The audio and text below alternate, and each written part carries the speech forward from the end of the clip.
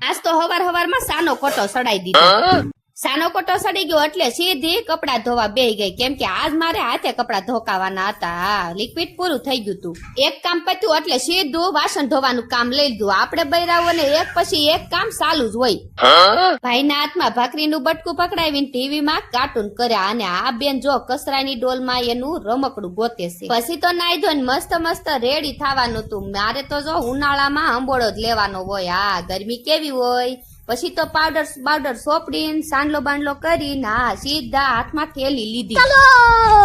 હાલતા તો થયા પણ ભાઈ હાલતા કબૂતર ભાળી ગયા. હા જો ભાઈ ને કબૂતર ભાળીને રાજીના રેડ થઈ ગયા. પણ અમારે તો છે ને પરશુતમ મહિનો હતો એટલે ગોરમાને પગે લાગવા જવાનું હતું. હા જો પગે લાગીને આવીને સીધા આયા હિસકા ખાવા બેહી ગયા. અચ્છા. હિસકા ખાઈ ધરાણા એટલે હવે એને ખીચડી ખવડાવવાની છે. તો મગની દાળ, ચણાની દાળ અને ચોખા. જો પાણી ગરમ મૂકી દીધું છે તો હવે ખીચડી બને.